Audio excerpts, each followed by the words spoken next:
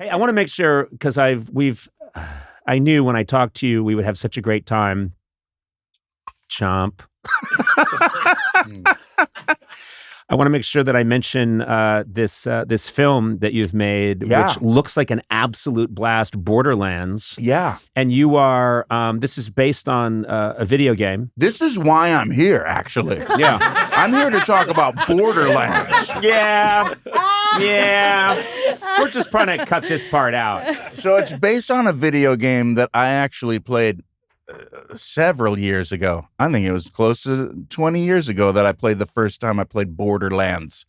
It's been around forever. One of the things that's cool about it is that it looks like the characters and the world was pulled straight out of a comic book. Like you can see the line. Yeah. And you don't see that in other, or you didn't back when they first made this video game. Kind of a mind-blowing technique that they were using. And it's kind of like a Road Warrior, where it looks like a post-apocalyptic desert landscape, and they got the really intense muscle-bound freaks. They call them the what do they call them? The berserkers. And you've got this incredible bounty hunter, or they call them oh man, I am bad at explaining movies.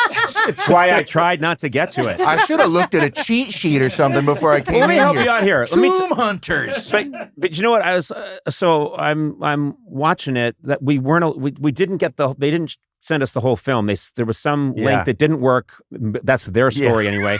But I was watching a bunch of footage from it, which they did supply. Yeah. Kate Blanchett, the best, is in this. Jamie Lee Curtis, the best. Kevin Hart, the best. They can't all be the best. They can all be the best in their lane. Nice. Got it. And then I say, Conan O'Brien, silence. The best. The best.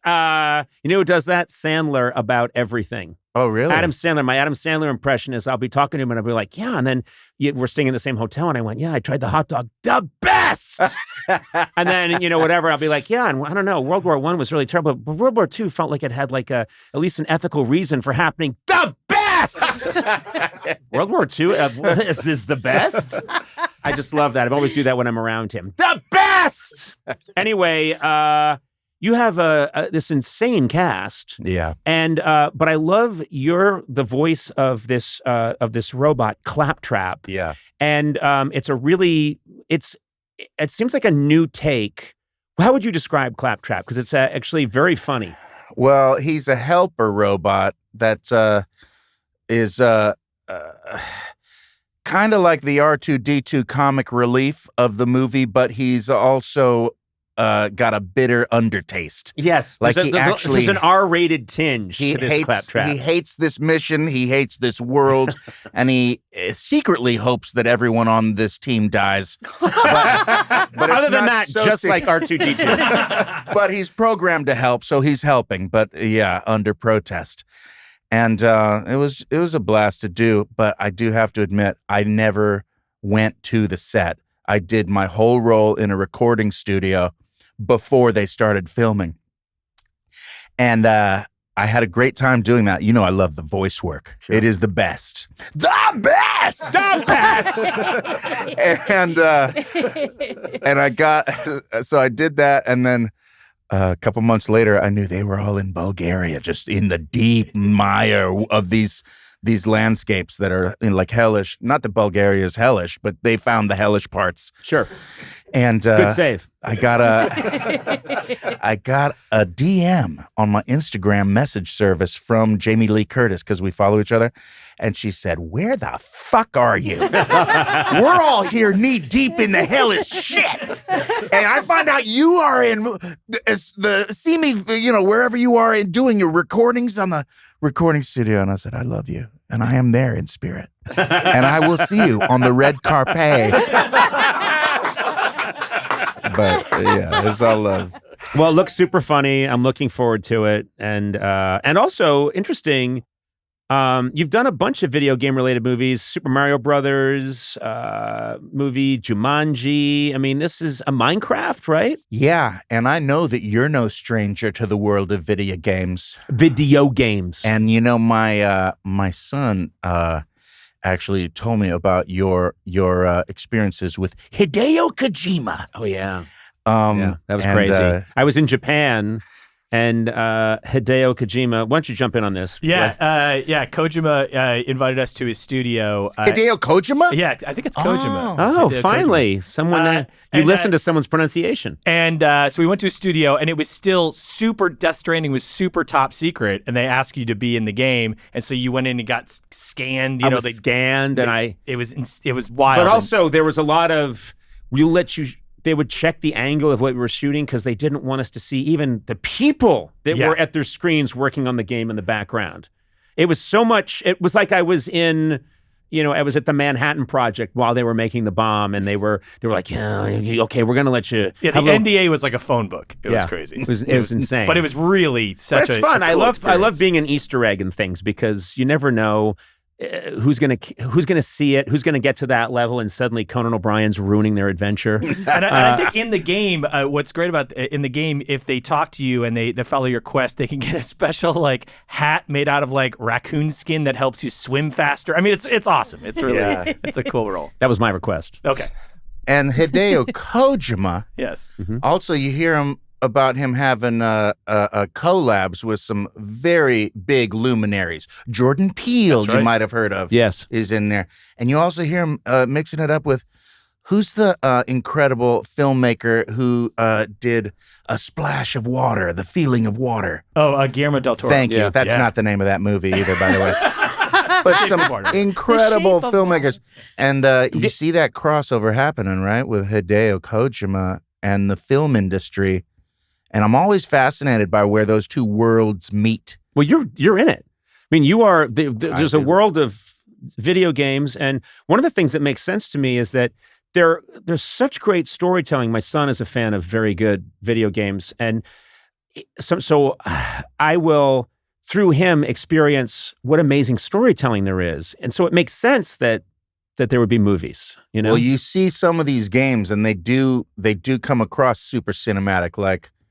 I love me some Rockstar games, specifically Red Dead Redemption Part 2, and it's very much like a film, long form film, and then you see some TV shows and movies that, well, only one really that comes to mind is that Black Mirror. The movie, what's that called? Bandersnatch. Yeah. Bandersnatch. Where it is listen to the difference between the way Blaze said it. Blaze went, Bandersnatch. Yeah. And then you went, yes, Bandersnatch. There's a reason this guy's a star. Bandersnatch. My stank filter. And it's a choose your own adventure, and it's very much a video game, and it's about video games. And you could see between Red Dead Redemption 2 and Bandersnatch, they're both kind of bridging the gap between those two forms, and I feel like that's the direction we're moving in. It feels like video games are kind of taking over that space, and you can feel the movie industry kind of trembling under the hooves of the apocalypse. The concept. Hooves of the apocalypse. I know that I went off the rails. It's the seven horsemen of the. I guess you're right. Yeah. Well, I'm not gonna let it go. But you don't know. Maybe the future of movies is you deciding which way you want to go in the movie. But in the meantime, these movies about video games Would that you are based chew on and video swallow, games. please, before you make this very prescient point about where theater's going and movies? I mean, not all of them, but a lot of the movies based on video game stories are huge hits, and I think that's because of the audience, the young audience. Maybe you've noticed that the new generation of gamers worship you because of your... God, you're saying the nicest thing about me, but I have to wait while you masticate an old apple. My sons worship you. They love love them some Conan. And I wonder if you feel that in the world out there where it's like this new generation. Oh, that's it. Definitely. I'm shocked, and I often lecture them. You shouldn't know who I am. It's not just because of Kojima, but it's also because of this energy that you have. And I think it's the same thing that made the days when I first met you electric. Is that this That's nice. This sense of adventure and this like throwing people out there out of a cannon. They can sense that vibe. No, from it's Jesus. I don't know. I don't know what's going on, but it is very interesting that when I walk around or when people walk around with me, it's still in 1993, 15 and 16-year-olds and 17-year-olds like me. In 2024, it's the same. And people my age are like, "Aren't you dead?" But you can feel. Well, this is what I'm saying. That you can feel the liquidity of the industry, where it's like TV and movies. People aren't even really watching them so much anymore. Now it's Netflix is kind of, and the video games. It's you can feel the shift. And to me, it's less about the delivery system. It's always been the delivery system. You have to almost assume is unimportant. It's you just put your thing out there, and there will be, like, now we're doing this, and probably, in fact, Adam could say, but more people probably experience a pure hit of me this way than they ever would have if I was still doing a late night show. That was not the plan, but just keep doing your thing, and you'll find the delivery system. Yeah, does that make sense? I do. Yeah, and I also wonder, even sometimes when I'm not 100% confident about the material that I have, and part of me is like, it almost doesn't matter. What matters more is the energy behind the material. Like if you're coming in that kind of loose, relaxed way, and you deliver it with an energy. I don't know where I'm going now. No, but and that can all make a difference. But Bryan Cranston was here, and he said something really smart once. He said, I was talking about, he's such an incredible actor, and he said, you know what, a really great actor can get B material to a B plus, A minus material to an A, but they can't. The script is so important. Yeah. That he said, if you give me a B minus script, I'm not giving you, the movie will not be an A plus, or the performance will be, it just can't be. So you gotta. Okay, then how come the funniest movie I ever saw was F's across the board? Did you ever check out The Room, for instance? That's a classic. Right. But that's an example of, that's just every now and then a meteor hits a tree, the tree flies up, and the tree explodes into pieces, and all the pieces reassemble into a Stradivarius violin. It doesn't happen often, but it does happen. Yeah. Said the guy who's pretty sure it's never happened. But that's an example of sometimes there's a happening. Yeah. But you can't make that the formula. That can't be the formula. That's true. All right, I got to wrap this up because all the air just left your body, and I worry about you. We did good. And I ate almost this whole apple. Yeah, you really did. And you know what? Bites if you want to get that on mic. Guess what? It was free. It's a free apple.